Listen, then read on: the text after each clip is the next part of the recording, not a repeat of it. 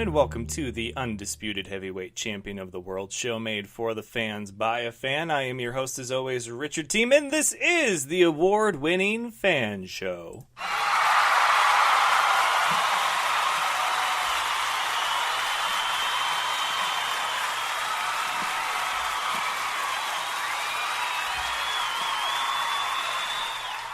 Thank you all for joining me. Everyone is a fan of something, and we've got something for every fan on tonight's episode. If you're a fan of the Bismarck Bucks, we have an episode for you. That's right. Mike Tatum, he will be making his fan show debut this evening. We had a great conversation. He's a very determined, very knowledgeable, very competitive individual, and it was a privilege to speak with him. We had talked about it last year. Funny enough, we ran into each other at the pregame tailgate for the United Bowl Championship, and he picks me out of the crowd. He comes up to me. He's just like, "Hey, man, when am I going to be on the show? Like, what's the deal? WTF?" And I was like, "Don't worry, man. Like, we got you." And sure enough, man of my word, Mike Tatum will be on tonight's episode. Good, too, because they had an off week, bye week. They had kind of an off game before that. He was still the IFL's outstanding. I take that back. He was the IFL Special Teams Player of the Week. I have the outstanding Players of the Week, and he was not that for me, and that's okay. There's still plenty of season left. I just saw it differently, and he gets it. Like that. That's the big thing when I do things like rankings, outstanding Players of the Week, the top 10. I always worry about what the players are going to think, and 9 times out of 10 they get it. It's that 1 out of every 10 that's just like, dude, what the hell? It's like, whoa, which is a good and bad thing. It's a bad thing because I don't like upsetting the players because it's not personal at all. I mean, there's been a few players that it's kind of been personal with, but I've never let it be a top 10 or a power rankings thing. I've thrown some shade here and there, okay? Full disclosure, I have. But I don't have favorites. I have players that are friends. I have players that I like. Players I don't get along with. There's teams that I like. There's teams that, it is what it is. But I don't have like a home team or a favorite team. I don't have a home team anymore because Spokane doesn't have a team at all. And even if they did, they'd probably deny me credentials again.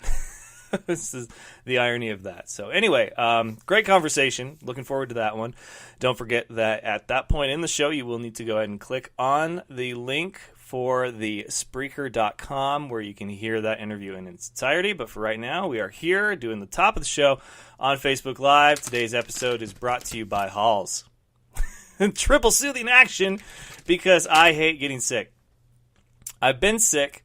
I am over the sickness, but it's that time of the year where I'm not sure if it's like a cold or if it's still allergies just yet. So I fight the good fight with Halls because I hate coughing. When I do the top 10 now, when I record them, I hate it. Don't forget, you can jump in on the chat on the Facebook Live. I see that we have a few of you already watching. Hello. Your thoughts quick here before we get to the headlines. A couple of questions I'll ask. If you were a fan of Rob Gronkowski, if you have a favorite Gronk moment, your favorite moments from this week in the IFL and or AAF, if you have seen the top 10 plays, and if you agree with my outstanding Players of the Week, which were posted earlier. So a few things to chew on while I go through the headlines. So again, Gronk, and if you were a fan of Gronk, have a favorite play, your favorite moments from this last week in the IFL or AAF. And then, of course, we've got some WrestleMania discussion. And my 400th episode is projected for Thursday. I say projected because if I come down with another illness, it might not happen. But we're not going to do headlines at the top of that show. We will do a Ask Me Anything, AMA, top of the show. So feel free to, you can text me, message me your questions if you have them now and you don't want to forget. But we'll also do the day of, or probably tomorrow after tomorrow's show, I'll put a post out for the AMA. You can leave them there. And I will do the whole first part, the Facebook Live of the show, as an AMA for number 400. I don't think anything too special is going to be done for 400. 300 was a special one. I really enjoyed that. But 400, it's like, okay, I'm ready to be at 500. So we shall see what's going on in the future. But 400, I don't really have too much planned. And I see we've got somebody making a cameo in the back there. That's Fozzie over my shoulder. Fozzie, what are you doing? Fozzie, hi. Fozzie, hi. That's Fozzie. Maybe he'll host on Thursday. You're cute. Cute. I say he's cute as he starts licking his butthole. It's gonna be one of those days. Okay, so let's go ahead and get to it. Let's get the headlines here, and then we'll check the chat. All right.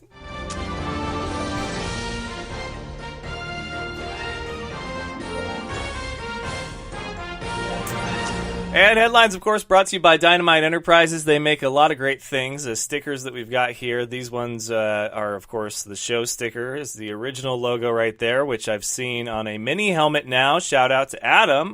Looks fantastic. They make these too. These were not for me. These were for a pub crawl. So we've got stickers that they can do. They can do T-shirts. They can do hats, beanies. They can do polos. They can do backdrops. They can do custom work, whatever.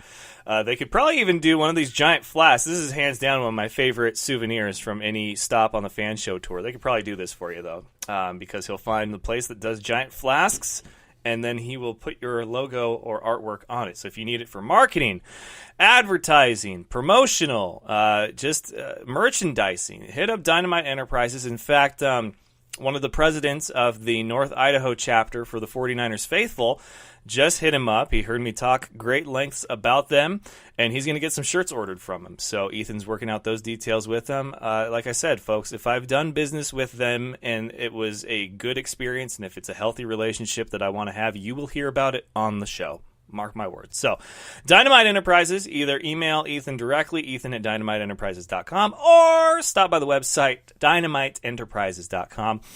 And also, sidebar here, if you have a shirt that you want me to wear, because I just randomly pick these to wear whatever I've got nearest to me, because 9 times out of 10, I'm wearing pajama bottoms when I do the show, but you can't see them. You can only see from here up. But you can catch the shirt every once in a while. This is a Massachusetts Pirates shirt I got last year when Amir Ishmael was their head coach, when I went and visited Boston for the first time ever.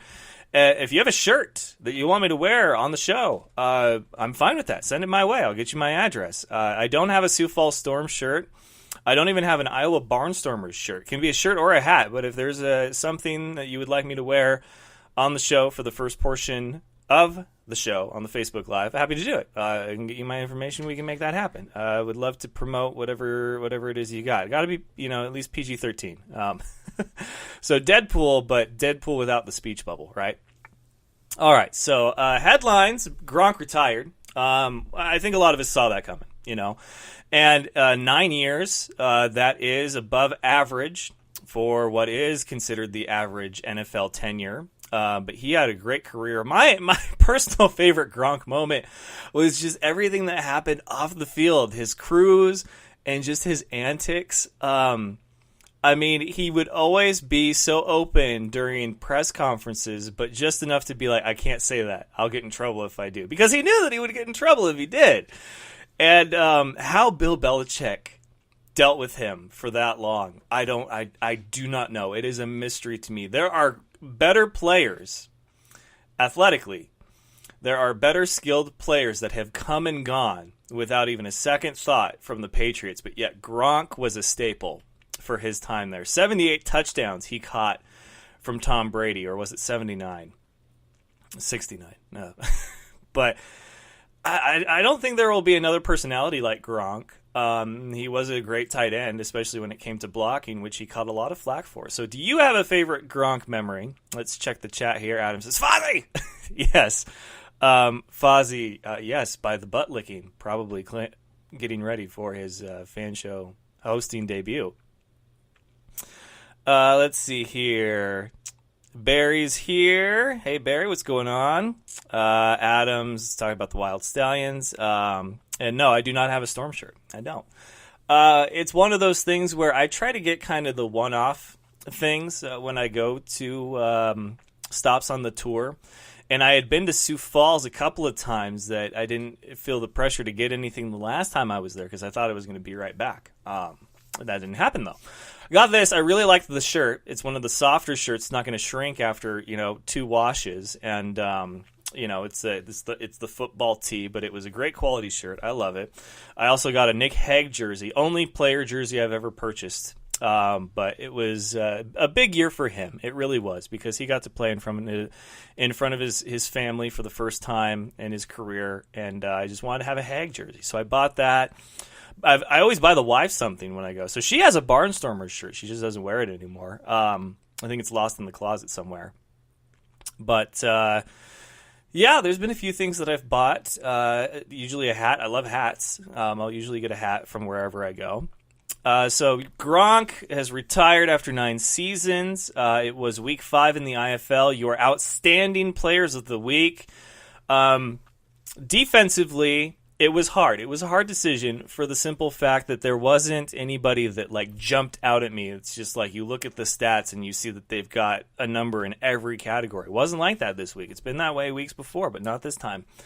But I went with Bakari Triggs, your week 5 outstanding defensive player of the week, simply because defense changed that whole game. It was a game of chasing points, and San Diego had Green Bay dead to rights in that first half, and then to close out the first half with not 1 but 2, and they were back-to-back pick sixes. That was huge, because then they're chasing the points now, not you.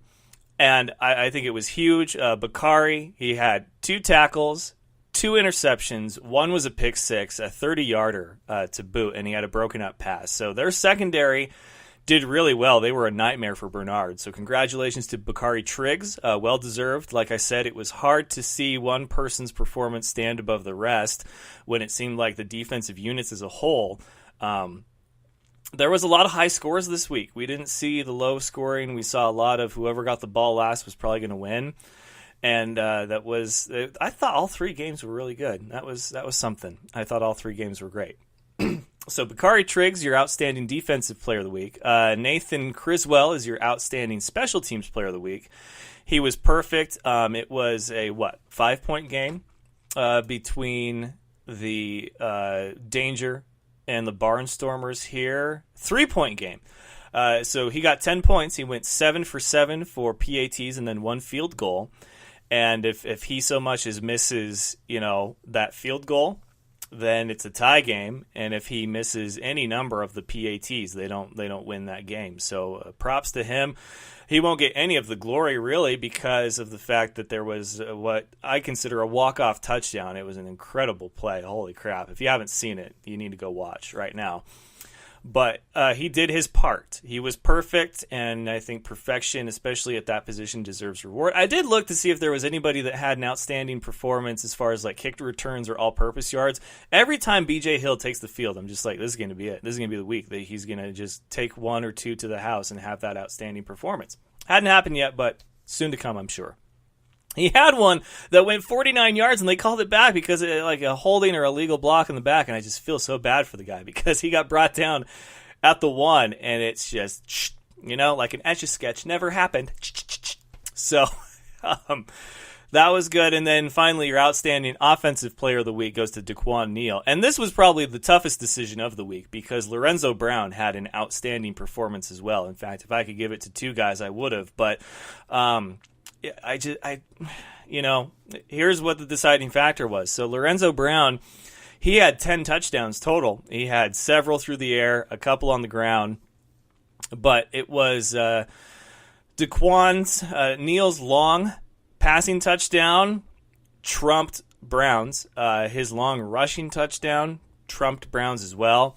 He had more passing yards, 218. I think Brown had 180 or something, and more rushing yards as well. So there was a 3-touchdown difference. Daquan Neal had 7. He had 4 passing and 3 rushing. But he had just a stellar performance as a quarterback, 20 of 25. They both had the same completion percentage, oddly enough. But he did have the game-winning touchdown, which came, he had to escape what would have been a safety and probably would have ended the game right there on that note. And he escaped the pressure. Joe Stacy, beautiful call, one of the best I've heard, and he throws it to a wide-open Connor Hollenbeck, takes it to the house, 41-yard, and that was absolutely amazing. So congratulations to our Week 5 Outstanding Players of the Week. Well deserved. So your favorites from the Week 5 of the IFL, if you have a favorite moment. That was my favorite moment, personally. And Barry agrees. He says Connor Hollenbeck, and we got Connor watching. He's like, what? Are they talking crap about me? No, we're not. I'd never do that on the show. But I think it was a great week. Probably the best week of IFL action that we've had. So things are getting better. Of course, my conversation coming up with Mike Tatum, who talks about that.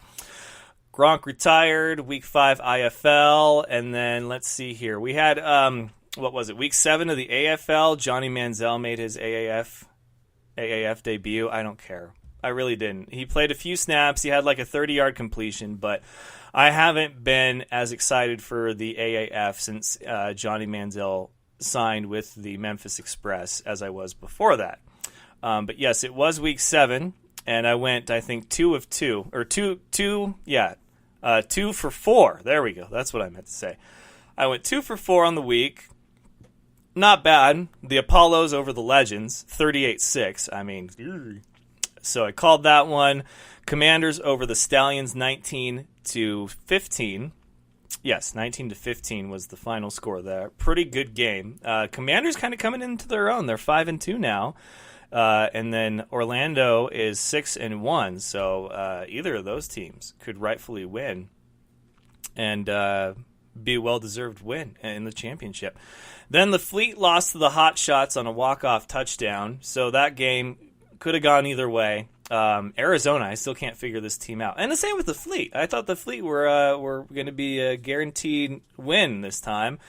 I guess really Birmingham and Memphis, this was probably the biggest upset. This was the one with the walk-off touchdown, not Arizona and San Diego. My apologies. But Birmingham had this team dead to rights. Manziel comes out, doesn't even finish the game, but it's the quarterback after him that went in the game that ended up mounting the comeback, and everybody's talking about Manziel, and that's what I hate about it. So AAF had another successful week. Week 7, we are just 3 weeks away from their postseason and then their championship, and we'll see what happens with that. In WWE news, it was officially announced that the women's championship, the Raw Women's Championship match between Ronda Rousey, Becky Lynch, and Charlotte Flair will in fact headline WrestleMania 35, the first time in wrestling's history that a women's match will headline WrestleMania. Congratulations, ladies. As if there was any doubt. This is so well deserved, though. When there was rumors that might not happen, I was upset. I will openly admit that I was like, you can't not do it. There has been so much momentum and there has been so much done by the women's division that you cannot deny them that. So I thought it was great to hear that it is made official, fan show official, if you want to call it that. But yes, Rowdy Ronda Rousey, the man Becky Lynch, and the Queen Charlotte Flair will headline WrestleMania 35 live from New Jersey.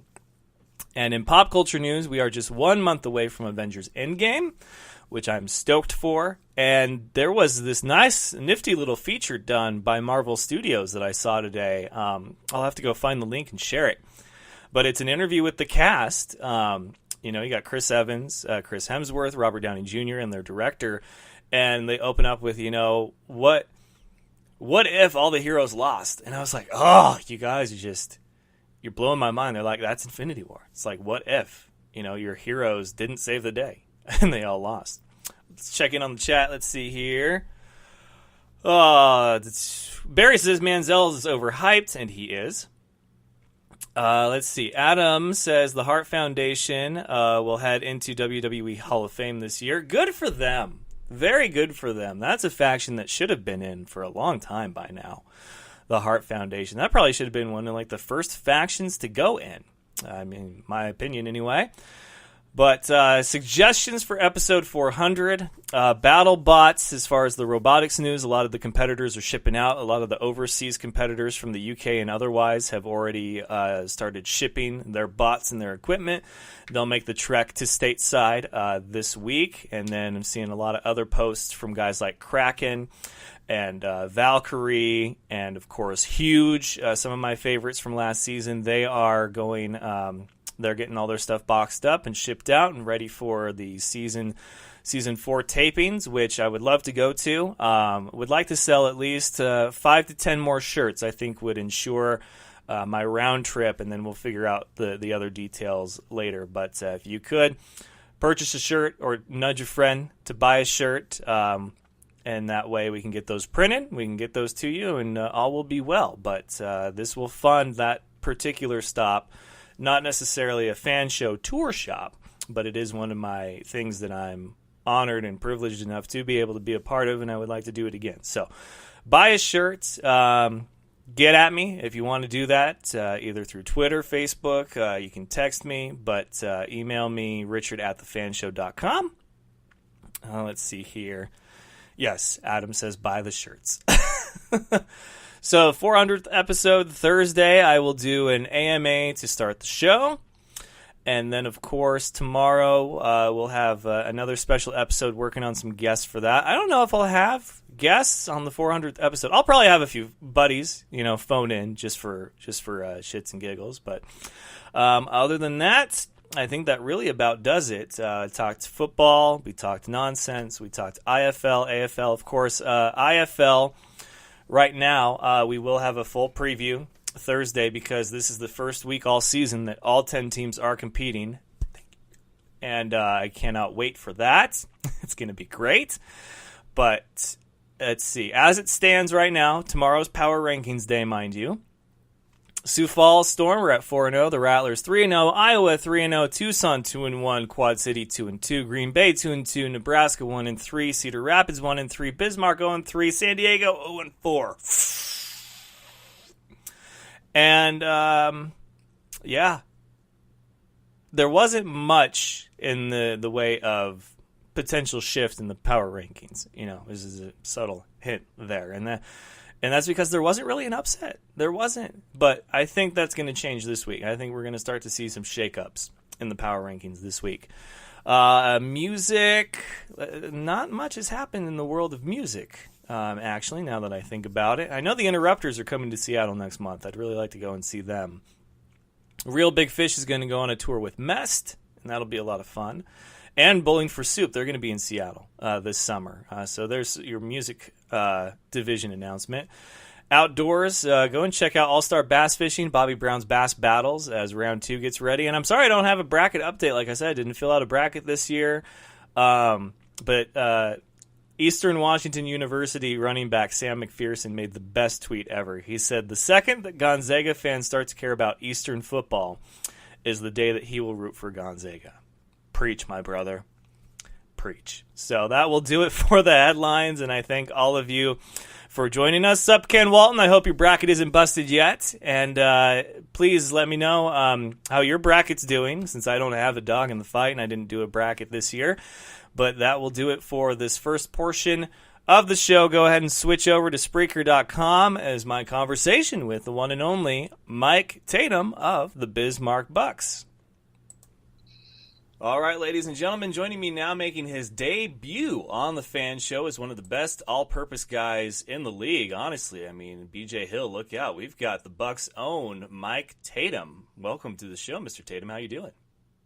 I'm good, man. Thanks for having me, man.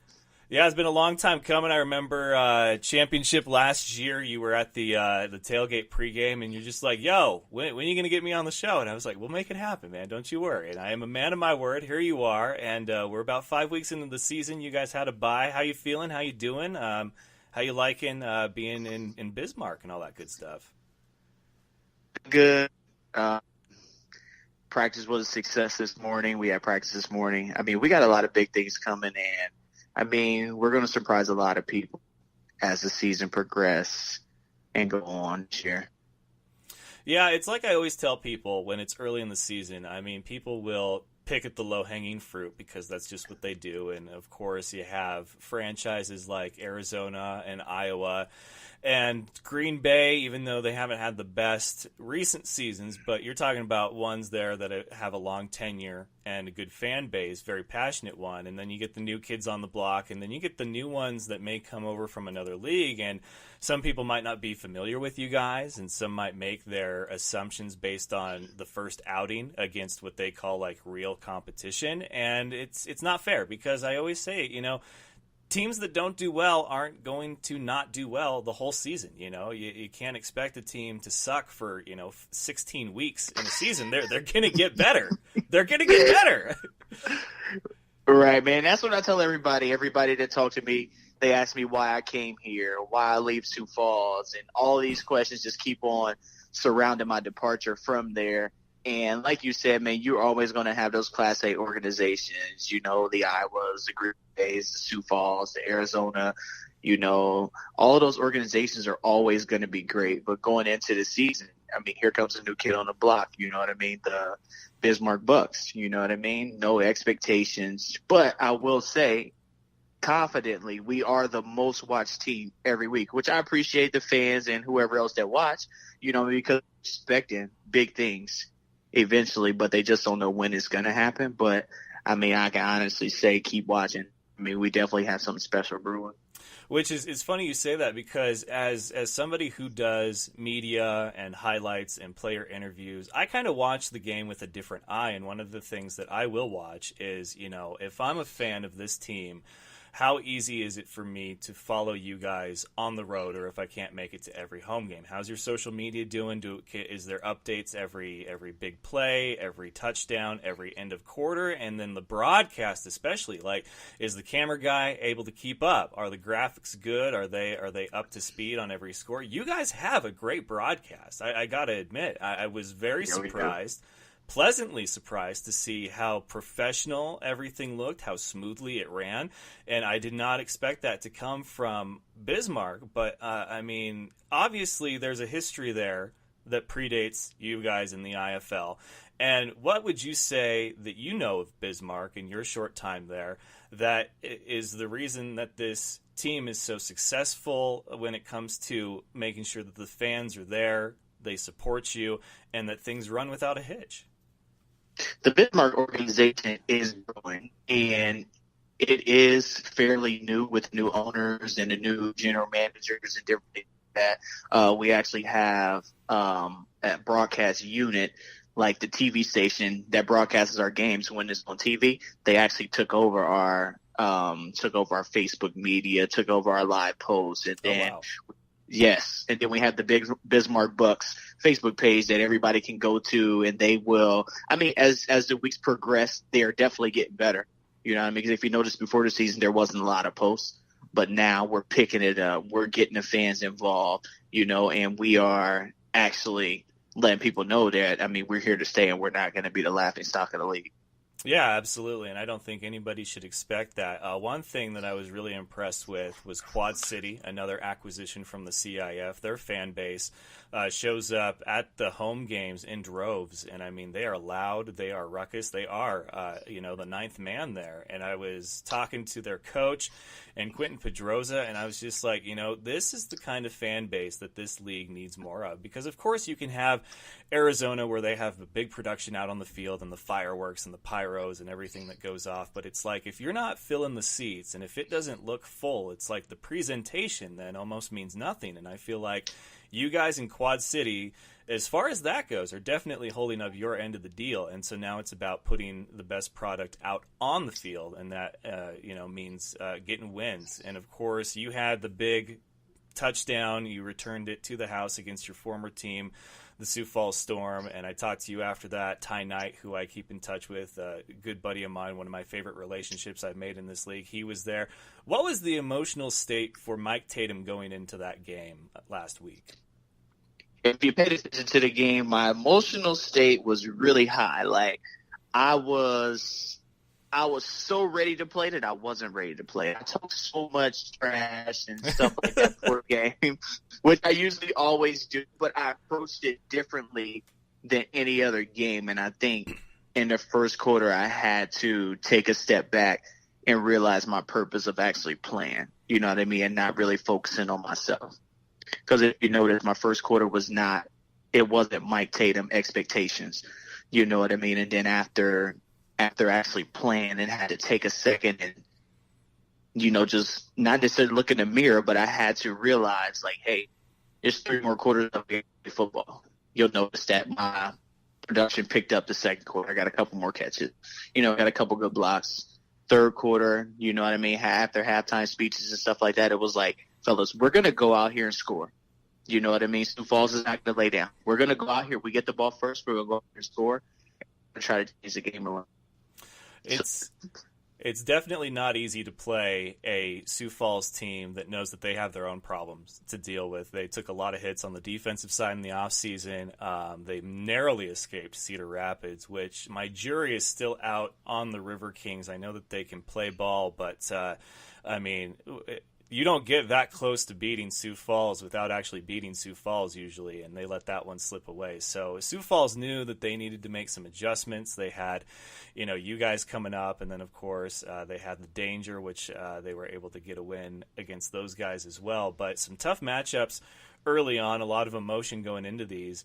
But for you, when I put your score, your touchdown is the number 1 play of the week, there was a lot of people that, you know, got out to me that thought it was perfect, that it was great, and then there was some that were just like, yeah, but that over-the-wall catch should have been number 1. I'm like, you are going to see an over-the-wall catch just about every week. You can set your watch to it in this league. And for this guy to go and take it coast to coast to the house against his former team, knowing that they were so far down and there was so much emotion. I mean, that's the type of play that you're only going to see maybe once a season. And so that's why I felt that was number 1 worthy for you, because I imagine once you got into the end zone, the emotions were, there was a mix of them.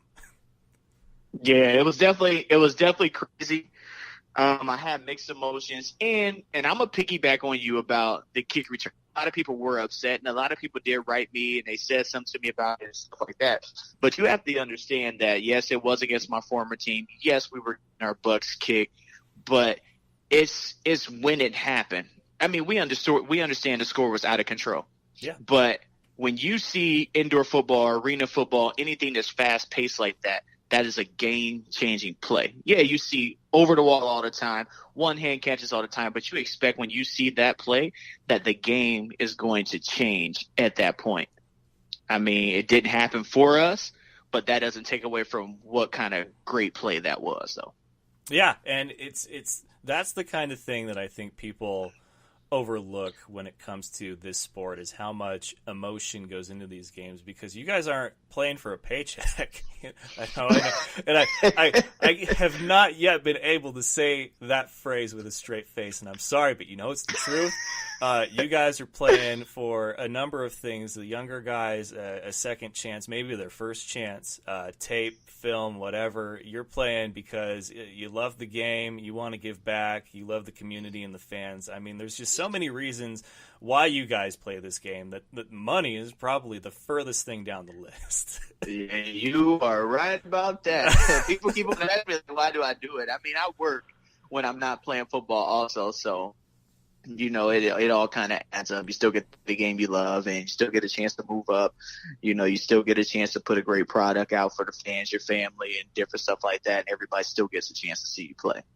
Absolutely. So what is 2019, or I guess who is 2019 Mike Tatum? And on top of that, you know, what has the sport of indoor football meant to you? 2019 Mike Tatum. Let's see. I'm a member of the Bismarck Bucks. And my goal will always be championship or bust. I mean, I learned that from playing in Sioux Falls. I mean, we don't play 14 games. We play 16 at all times. But I told my team that from the beginning, we're 0-3, but we are going to play 16 games. I don't care who it is that we're going to play. We're going to play 16 games. But the sport of indoor football, I mean, it gave me another shot starting in 2012 when I wasn't even picked to play in the IFL. My brother had got picked to play out in Everett, Washington in the IFL after being with the Omaha Beef the year before. And he just told him, like, hey, my brother plays in his lower league. And, I mean, which I'll be willing to give him a shot. I mean, gave me a shot in 2012, man, and I mean, I just made the most of it, man. I didn't play my first 4 games, and I was still Special Teams Player of the Year that year, so it worked out for me. Yeah, you're definitely one of those guys that people can't sleep on, no matter where you play, because you're going to make that Tatum magic happen. That Magic Mike stuff that you do on the kickoffs. Like I said, man, you are an all-purpose man to be reckoned with, and I can't wait to see what the rest of 2019 has for highlights. I think it's been a lot of fun to watch, and people are always just like, oh, it's so easy to do a top 10. It's not. Like, I end up probably on an average of about 17 to 20 plays that I will write down as potential. And from there, I got to eliminate 7 or 10. And it's not easy to say that this one was great, but it's just a little less great than this one or this one. And I think for you guys that have made the top 10 and for the guys that make the top 10 on a weekly basis almost, it really speaks volumes to just how good you guys are.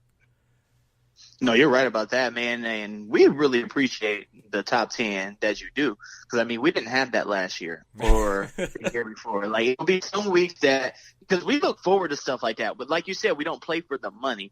But when we can sit here and look on Facebook, check out an interview, check out an article, check out a top 10, we're not going to make ESPN or All the Time or something like that. So looking forward to the F.A.N. top 10, now that's what everybody's doing now. We are looking forward to the top 10 from the F.A.N.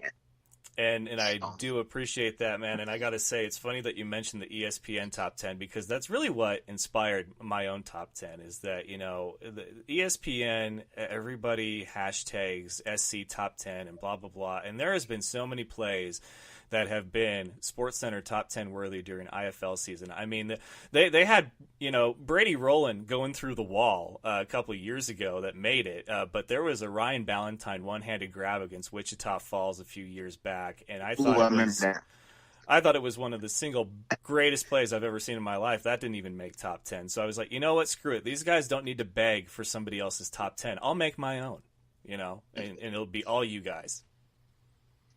Yeah, no, that's big. That's definitely a big addition along with everything else, man. Just trying to get people better exposure to move up. So, absolutely, man. Well, you do a hell of a job in the arena, and Bismarck it looks like a good home for you. I'm excited to see you guys make the comeback of the year. And I know that I don't play, and so we can't do a jersey swap. But I've got a shirt, you've got a shirt. So when I see you, we'll have to do a shirt swap and make it official, and I'll add one of the Mike Tatum shirts to my collection. Man, sounds good, man. Those shirts are actually, I'm glad you said that. They'll be done. They'll be done Friday, and I'll definitely you go ahead and shoot me a text or whatever, inbox me your size. And no, I'd definitely be an honor for you to have one of my shirts. I mean, I do one every year. I mean, they're starting to get pretty popular, so I mean, I can definitely get that done for you. All right, man. Sounds good. Well, hey, take care of yourself. I'm glad that you are in the top 10, IFL Special Teams Player of the Week. I mean, you are doing your part, and I have no doubt that you're a man of your word, and you guys are going to turn this thing around. So I'm excited for what the future holds of the Bismarck Bucks in the IFL for 2019, my man. Yep, and I appreciate you having me on. But mark my words, I didn't know we will not be the laughing stock of the IFL. And I want people to know that we are – maybe one or this is how terrible the league is right now. We are 1 or 2 wins away from being in 3rd or 4th place. I want y'all to sleep on that. So we're not too far behind the bunch. A lot of people are doing bad, but we're going to climb that ladder, though. All right. He is Mike Tatum of the Bismarck Bucks. It has been an honor and a privilege. Thank you so much for taking the time. You have a good rest of your night, man. Take care. All right, man. Thank you.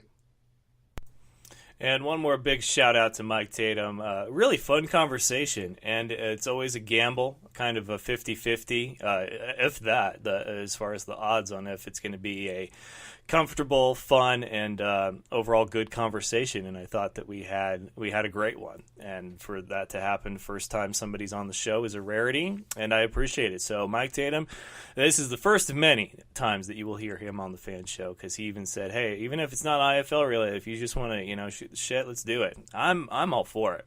I gotta tell you, he is laid back and easy to talk to. Him Billy Back, Joe Stacy, they're all fun to talk to. I love it. I could talk to those guys for hours. And we will have plenty more IFL guests on the show. And then the NAL starting up this coming month. So we're going to have plenty of coverage and plenty to talk about right here on the Fan Show. But yes, if you have not yet liked the Facebook page, please go and do so now. Facebook.com/FanShowOfficial.